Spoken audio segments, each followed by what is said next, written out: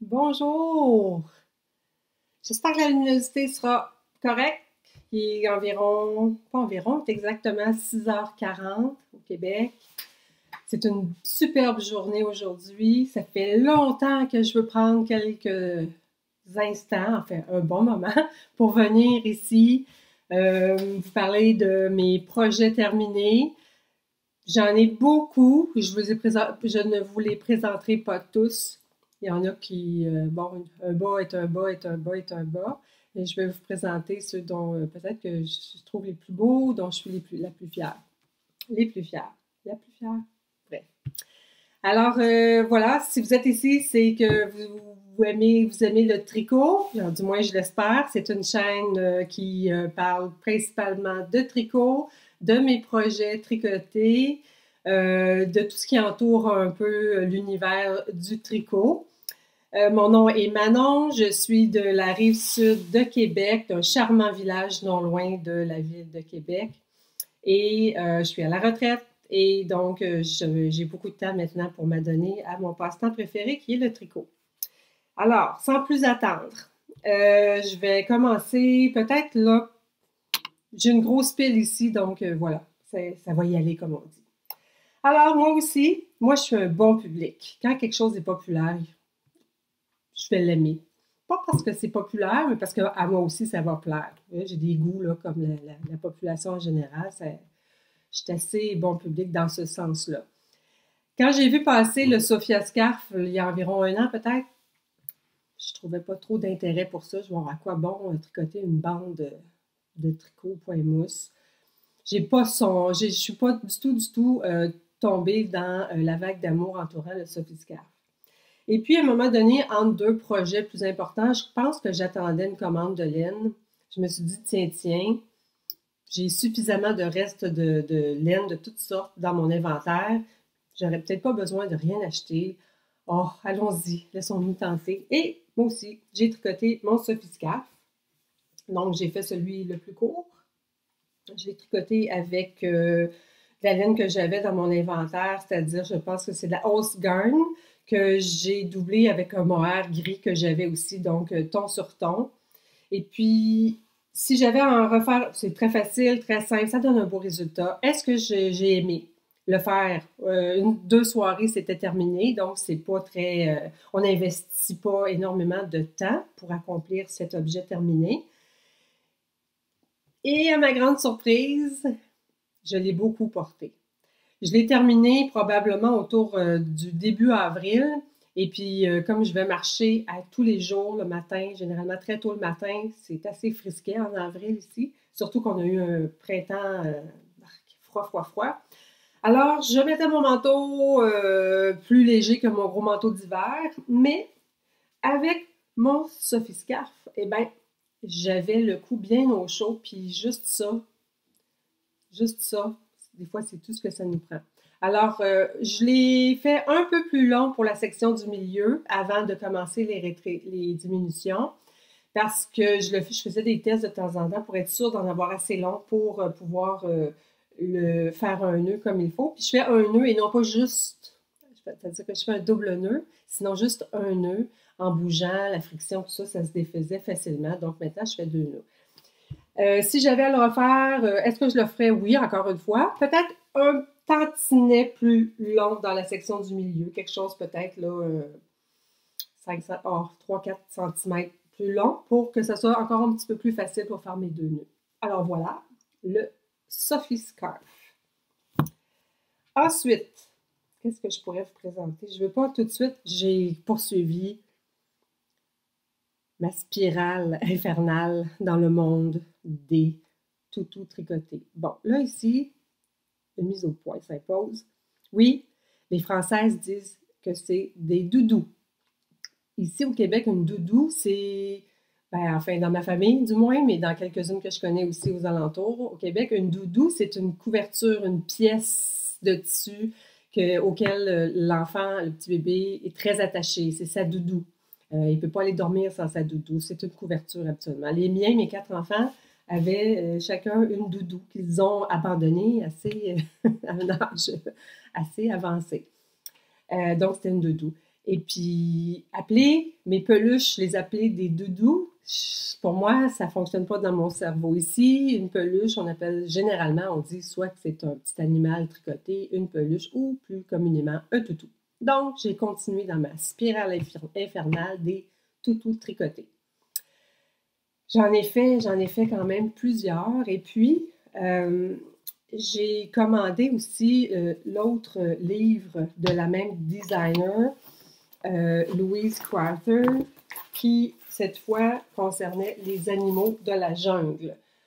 Alors, j'ai de quoi faire encore pour quelques années, peut-être, je ne sais pas. Au rythme où je vais là, peut-être pas aux années, quelques années, mais bon, j'imagine qu'à un moment donné, je vais vouloir être de longues périodes sans tricoter. Mais pour le moment, l'intérêt y est toujours. C'est-à-dire que je fais une peluche, puis après, je passe à un autre projet pour revenir un petit peu quelques semaines plus tard à un autre peluche. Bref. Alors, le premier que je vous avais montré, c'était le petit cochon tricoté. Celui-là, je ne l'ai pas ramené, non, elle était complète. J'ai fait l'éléphant du livre de la jungle, justement. Elle, pauvre éléphante, elle n'est pas encore très habillée. Bon, elle a une petite robe, elle n'a pas de souliers, elle n'a pas de bobette. Alors voilà. Vous voyez, tous les vêtements sont interchangeables. Ça, je pense que c'est la robe qui est associée à la souris, je crois. Puis là, ben, moi, je l'ai mis à mon éléphant. Très facile à faire, surtout si on suit la méthode de tricoter en rond. Il n'y a pratiquement aucune couture. La seule couture qu'on a à faire, c'est au dos un petit peu, là, quand on a fini de rembourrer, parce qu'on on tricote tout en rond. On arrête de tricoter en rond sur un petit espace comme ça pour faire juste des allers-retours pour nous permettre de garder un petit trou qui va nous permettre de mettre la bourre dans notre petit animal. Donc, l'éléphant.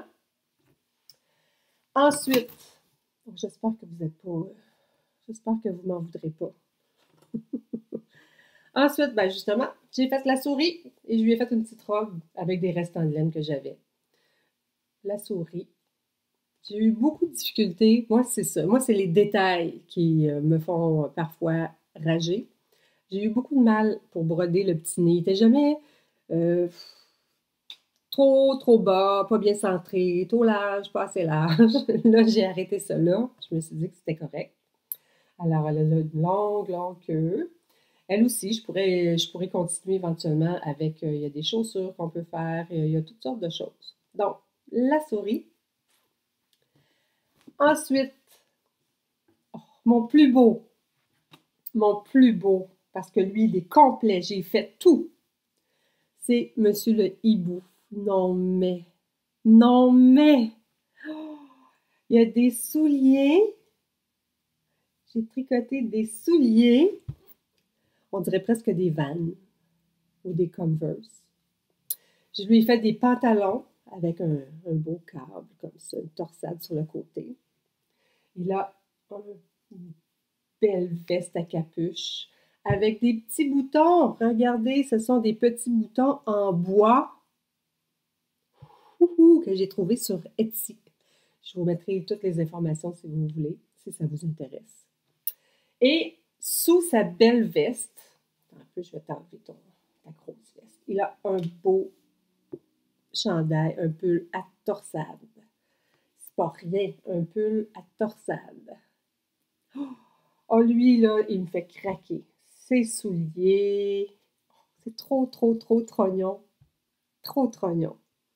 Alors ça, c'est Monsieur le Hibou. Son petit nez de travers.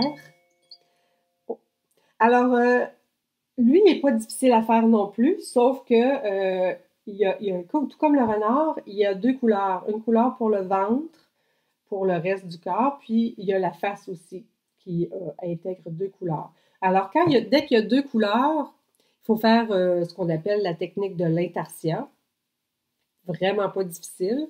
C'est juste qu'il faut s'appliquer pour que nos joints entre les deux couleurs soient le plus beau, plus régulier possible, pas trop tiré, etc. C'est vraiment pas compliqué, vraiment pas compliqué. J'adore cette technique-là. À deux couleurs, c'est relativement simple à manœuvrer. Ça se fait bien, il faut prendre son temps, mais ça se fait très bien. Alors voilà pour mon petit hibou, qui sont tous des patrons tirés du livre que je vous ai, dont je vous ai fait mention au dernier épisode de la designer Louise Crowther, qui me fait capoter. Alors voilà, monsieur le hibou. Tiens, comme ça. Il est de travers parce que là, j'ai gardé aujourd'hui ma petite fille, puis elle s'est amusée. Puis disons que quand ma petite fille joue avec les toutous, ils font toutes sortes de gymnastiques. Ils doivent être très souples.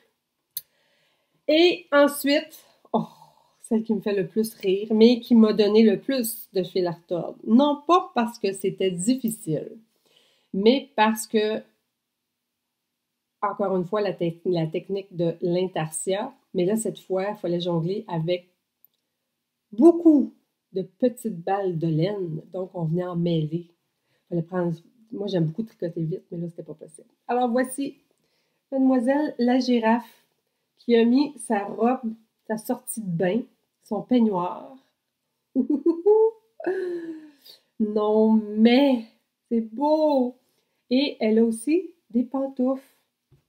Elle met ses pantoufles. Puis on peut les enlever, les pantoufles.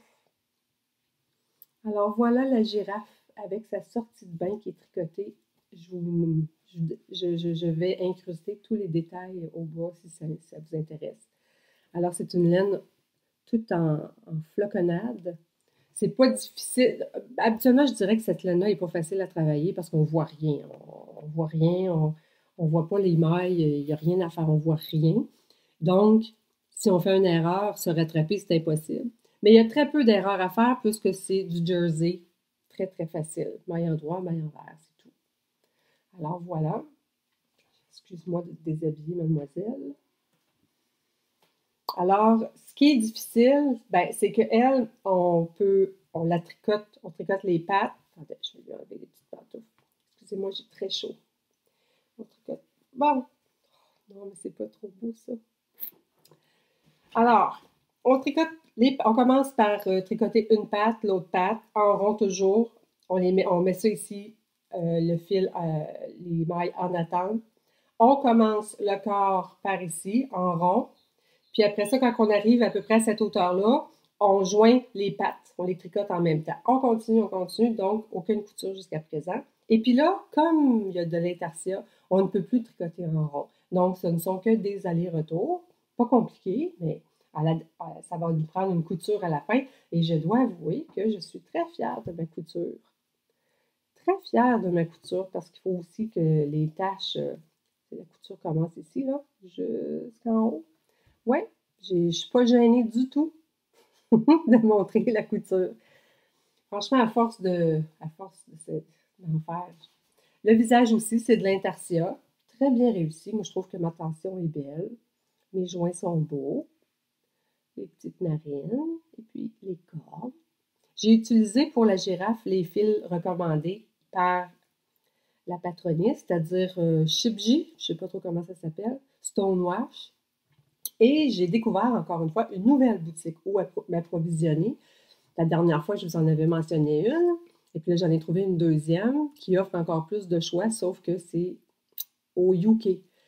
Mais je dois avouer que c'est très rapide quand même. Il n'y a pas de frais, il n'y a pas de douane, parce que c'est toujours des petits montants seulement qu'on commande. C'est rapide. Je pense qu'en dedans de 6 jours, j'avais reçu mon colis la dernière fois. Puis, bon, c'est sûr que nous, Canadiens, le taux de change ne nous aide pas du tout, mais bon. Alors, voilà pour la girafe. Promis, il en reste juste un. C'est tout après. J'ai donc aussi fait l'acquisition du livre Moosh and Friends.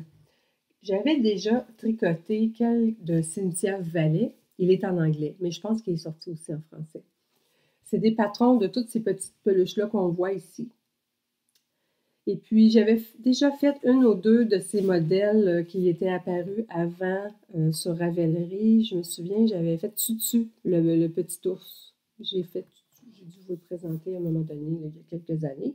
Puis là, quand j'ai vu passer ça, et la particularité de ces modèles-là, c'est que ce sont tous des tricots sans couture. Alors, j'en ai fait un seul. J'ai fait mouche, justement, l'ours polaire. Alors, c'est ça, c'est des patrons, c'est très, très bien expliqué dans le livre. Les techniques sont très bien expliquées. Il n'y a vraiment aucune difficulté à réaliser les peluches. Donc, pas tutu, mais mouche. Tous les toutous commencent à partir du nez. On augmente, on augmente. Elle nous dit où positionner les oreilles le moment venu. Et ensuite, ben, on fait... est-ce qu'on met les bras en attente? Je pense que oui, on les met en attente. On fait tout le corps, les pieds. Après, on revient, on finit avec les bras. Il y a même une petite queue. Après, on fait les oreilles. C'est beau, hein? Je suis assez fière de ma... Oh, il y a une mousse sur le nez. Je suis assez fière de du look. Il y a comme un petit air tristounet un peu, pas méchant du tout, du tout. Alors voilà pour mouche, que j'ai réalisé avec une laine que j'avais dans mon inventaire aussi. En fait, j'ai pas acheté grand-chose en fait de laine, sauf les laines vraiment qui sont suggérées pour les animaux au tricot. Sinon, j'avais pas mal déjà tout dans mon inventaire. Bon. Trop. OK. C'est fini les toutous. Fini, terminé. J'espère que je ne vous ai pas trop blasé de ça. Puis, comme j'ai dit, je vais indiquer toutes les références au patron. Mon Ravelry est à jour complètement si vous avez besoin de quoi que ce soit. Sinon, n'hésitez pas à m'envoyer un petit mot. Oups, excusez, j'ai pas de bouger. Ensuite, j'ai tricoté un châle. Alors, le hasard a fait qu'il y a eu un tirage sur la page Facebook de la Maillerie. C'est une boutique de laine à Montréal. Que j'ai découvert par hasard, vous savez ce que c'est, hein, quand on navigue sur Internet. Et puis, je me suis abonnée sur leur page Facebook. Puis la journée où je me suis abonnée sur leur page Facebook, ils faisaient un concours si on commentait leurs vidéos. Ils font des petites vidéos à chaque semaine pour parler des spéciaux de la semaine sur la boutique. Alors, j'ai commenté, j'ai dit, j'ai commenté leur vidéo et le lendemain, ils font le tirage. J'ai gagné! Alors, j'ai gagné un certificat cadeau de 50 avec lequel j'ai acheté la laine nécessaire pour faire le châle douceur. C'est le châle qui a été écrit par une employée ou la propriétaire de la maillerie, je ne me souviens pas trop, elle s'appelle Chantal Aubu. Donc, c'est le châle douceur que j'ai fait avec les laines suggérées que j'ai achetées avec mon cadeau que j'avais gagné. Donc, c'est la Fiber Space Cumulus et la Sadness Garn Sunday. Alors, c'est un très beau châle. Là, je ne sais pas trop comment je vais vous le montrer parce qu'il est large. C'est un châle rectangulaire. Voilà, ça te donne un peu une idée. Alors, c'est un châle rectangulaire qui est très long et très profond. Et là, c'est ça qui m'a plu dans ce châle-là. Il est agréable à tricoter parce qu'on a plein de sections différentes. Le point mousse, il est uniquement fait avec le mohair. Toutes les autres, c'est des motifs. Mais quand on arrive avec le mohair, ce n'est que du jersey en droit. Voilà. Alors moi, ce que j'aime, c'est ça, c'est qu'on peut là vraiment, on peut s'entourer avec. Vraiment, on fait le tour. Il est vraiment beau. Et puis, on pourrait même aussi peut-être, il suggère ou il donne l'idée, on pourrait aussi le coudre pour en faire une espèce de poncho. Alors, je vais voir peut-être. Je ne sais pas. Je vais voir. Ici, au Québec, les soirées sont toujours très fraîches. C'est plutôt rare là, qu'on peut se promener en costume de bain là, le soir. Il fait toujours assez froid, même l'été. Donc, ça serait pas pire, ça, sur une petite robe. Ouais. On pourrait le coudre. On laisse juste ça ici. On passe la tête. Alors, ça fait un beau cache-épaule. Pas trop poncho triangulaire. Là, ça ferait quelque chose de beau, je pense. J'essaierai. Je vous en reparlerai. Alors, le châle douceur, c'est très, très doux. Pas trop long à réaliser. On garde l'intérêt tout le long du tricot parce que c'est tous des points différents à chacune des sections. Bref, j'ai bien aimé ce tricot, ce projet-là. Ensuite, il m'en reste juste 2. Après, c'est fini. Je ne vous montre pas tout ce que j'ai fait, mais je vous montre ce ce qui me plaît le plus peut-être dans mes dernières réalisations.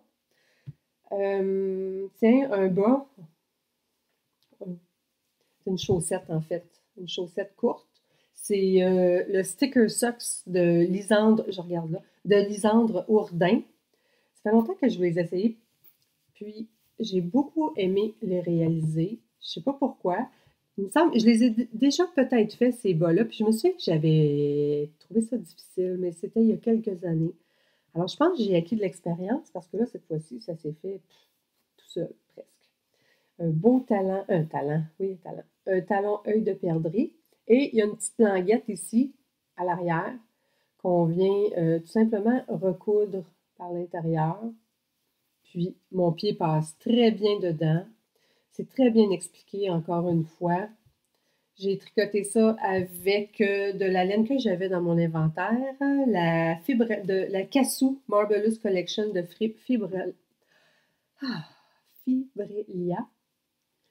Donc, puis là, je commence à réaliser que moi qui usais beaucoup les bas, mais je comprends qu'il n'y avait pas assez de nylon. Je comprends qu'il était pas assez serré, que le tissu n'était pas assez serré.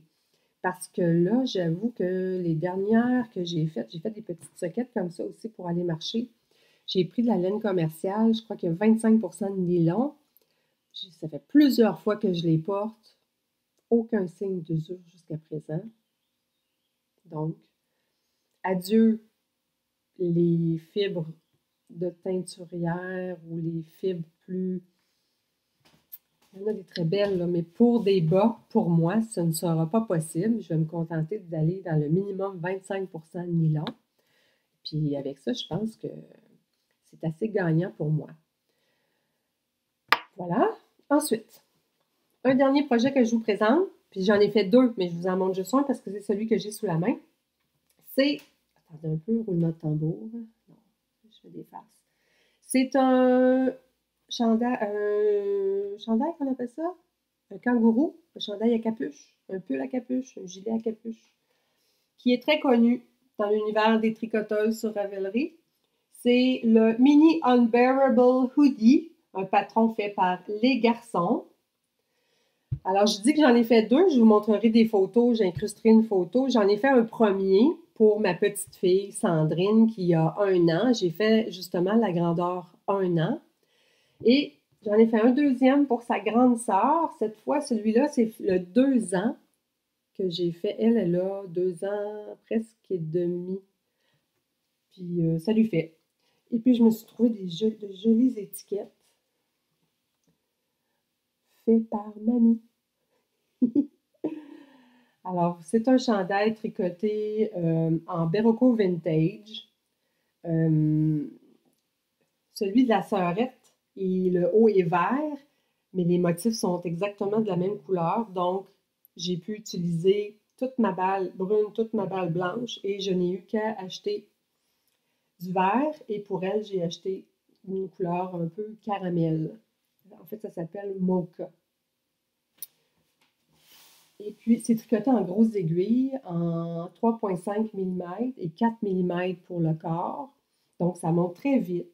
Ce qui nous ralentit un peu, bien sûr, ben, c'est le jacquard à l'avant et à l'arrière, mais c'est pas très grand là, à tricoter. Et puis, je pense que le plus long, c'est de faire tout le capuchon. Je n'ai pas tricoté die-cord pour faire c'est ici le cordon. J'ai acheté un cordon. Alors voilà, me revoilà. Ça complète pas mal tout ce que je voulais montrer, partager avec vous, mes créations des derniers mois. Comme vous le voyez, j'ai pas d'horaire régulier ici. Il ne faut pas m'attendre à certains moments. Je viens quand j'ai des choses à vous montrer et quand j'ai le temps aussi. Mais c'est toujours avec beaucoup, beaucoup de plaisir que je le fais. J'aime encore pouvoir communiquer et puis partager mes tricots. Comme je regarde énormément de podcasts et de vlogs tricot sur YouTube, je trouve que c'est une belle communauté. Tout le monde est gentil, on a des beaux commentaires, il y a beaucoup de bienveillance. Puis moi, ben, ça me fait du bien aussi. Je voudrais peut-être terminer avec, c'est plutôt rare que je partage mes achats, en fait, c'est jamais, ça arrive jamais, mais là, j'ai fait deux belles trouvailles, puis je me dis que peut-être que, en fait, pas pour vous inciter à racheter la même chose, c'est vraiment pas ça le but, mais je sais que la majorité d'entre vous êtes d'excellentes couturières, ce que je ne suis pas. Et j'ai trouvé sur Etsy une dame qui fait de magnifiques étuis pour nos aiguilles. Et puis moi, ben, c'était quelque chose qui répondait à un besoin parce que c'était le fouillis total dans mes aiguilles circulaires fixes.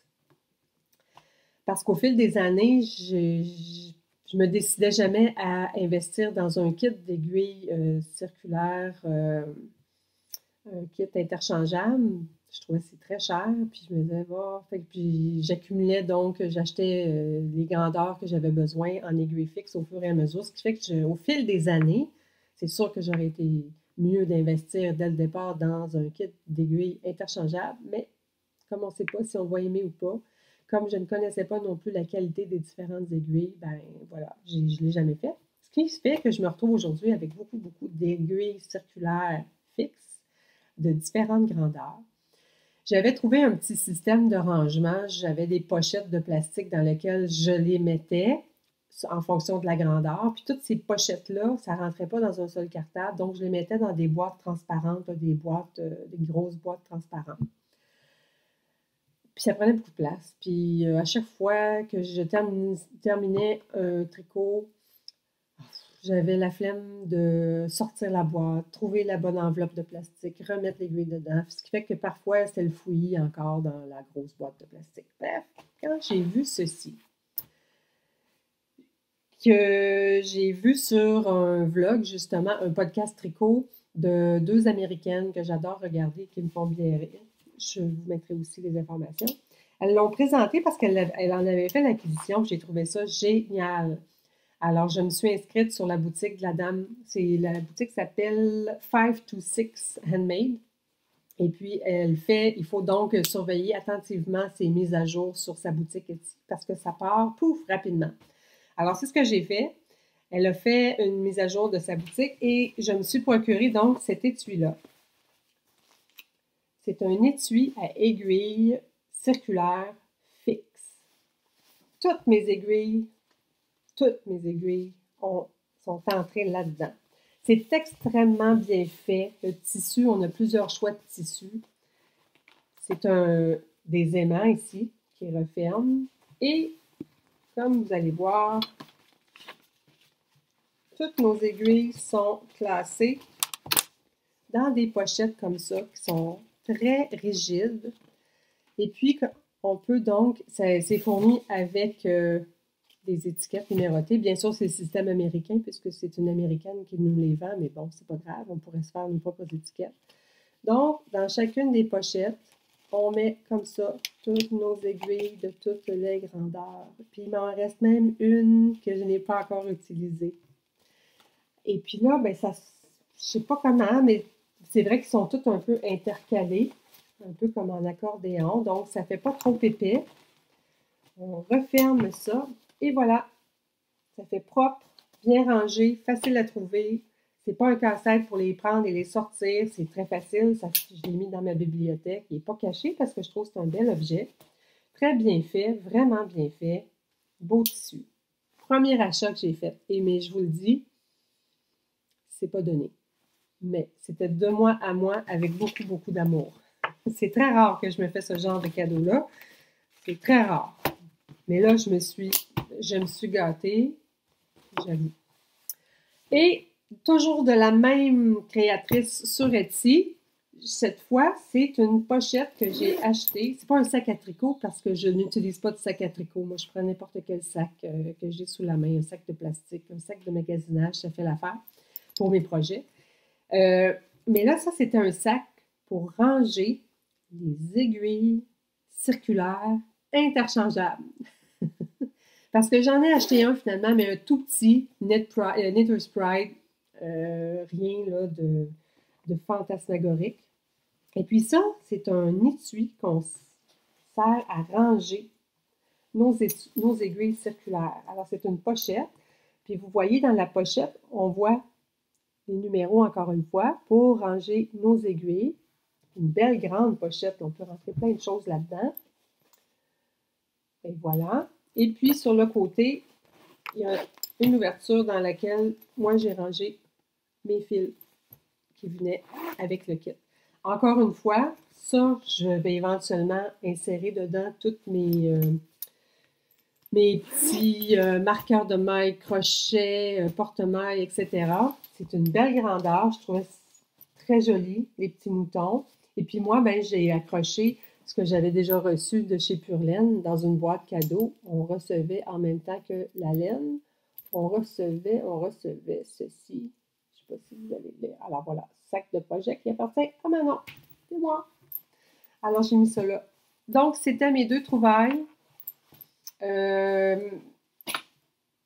Ça complète le tout.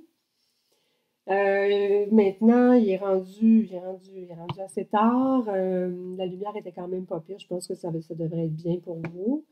Je vais peut-être vous laisser quelques images. C'est magnifique en ce moment, là, depuis le mois de mai. Les couchers de soleil qu'on a, nous, directement derrière la maison sont magnifiques. J'essaierai de vous prendre quelques images.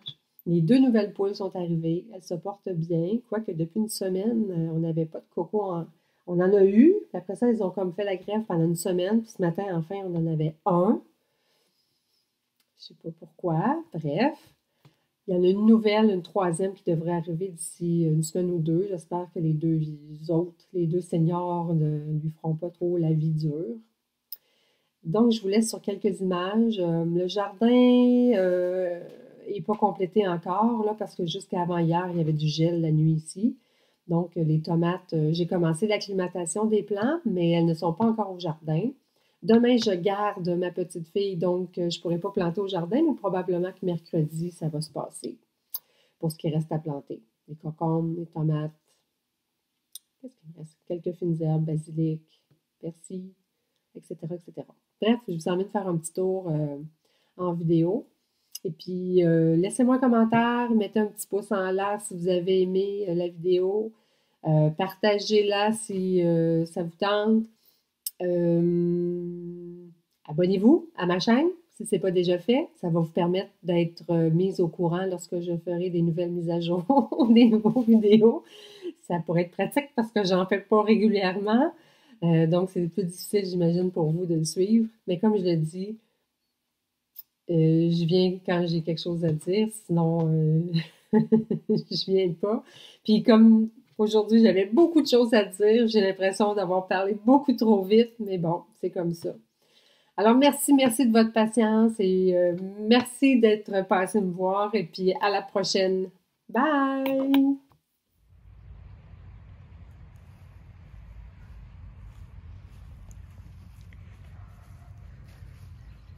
Hey, salut les filles!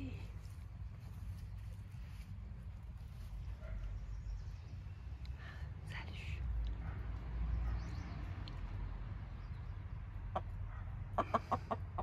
Ouais! Vous admirez le soleil?